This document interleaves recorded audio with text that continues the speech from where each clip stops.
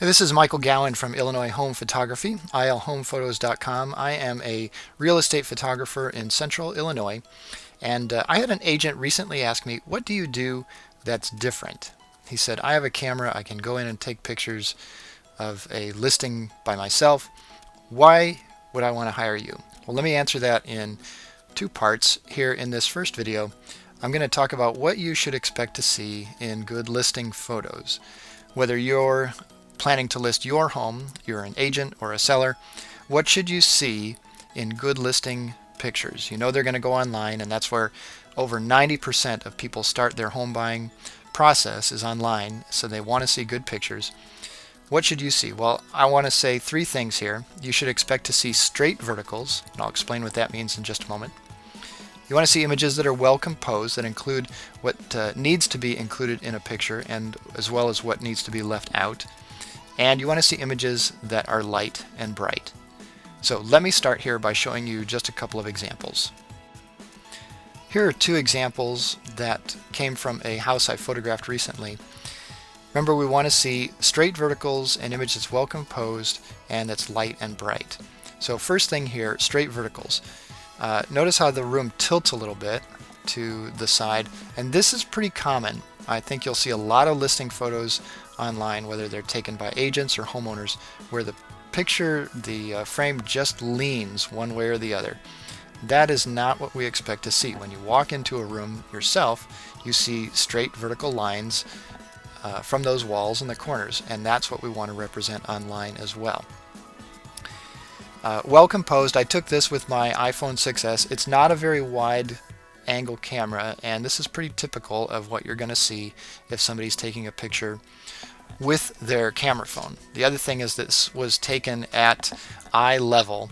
Typically interior photographs, professional interior photographs, are not taken from that height. They're usually taken from about the same height as a wall switch where you would turn the lights on. And then light and bright, of course, it falls down here because the camera sees these really bright windows, and it says I want to expose for that, but then that makes the rest of the room dark. Here's another example. Again, I took this with my cell phone camera, and it's got the same problems. The verticals are not straight.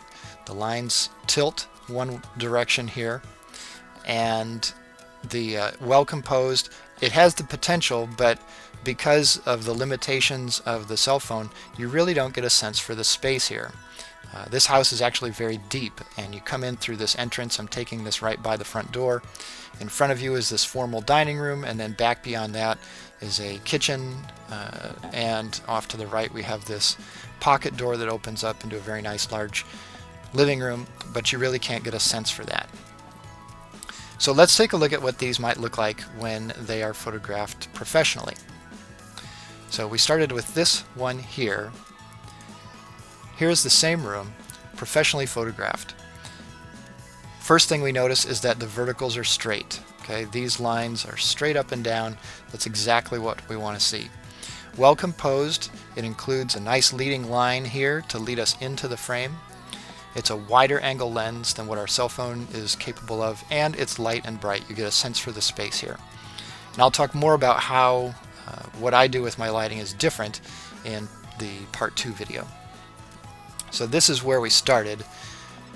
This is where we ended up. Cell phone versus professionally photographed. Here was this one here. Again, here's our amateur cell phone picture, and here's the same room professionally photographed. Okay, and we will notice once again verticals are nice and straight here. Well composed. I intentionally wanted the view to include this space over here to give the viewer a sense of where this goes. And again, because it's a decently wide angle lens, we get a sense for the space. We can see it projects down here past the formal dining room into the little pantryway that leads to the kitchen, and well lit. Okay, I'm using lights in this picture to make sure that we've got even exposure all the way through. There's a light in this room here in the entrance. There's a light in this room here. There's a light back here.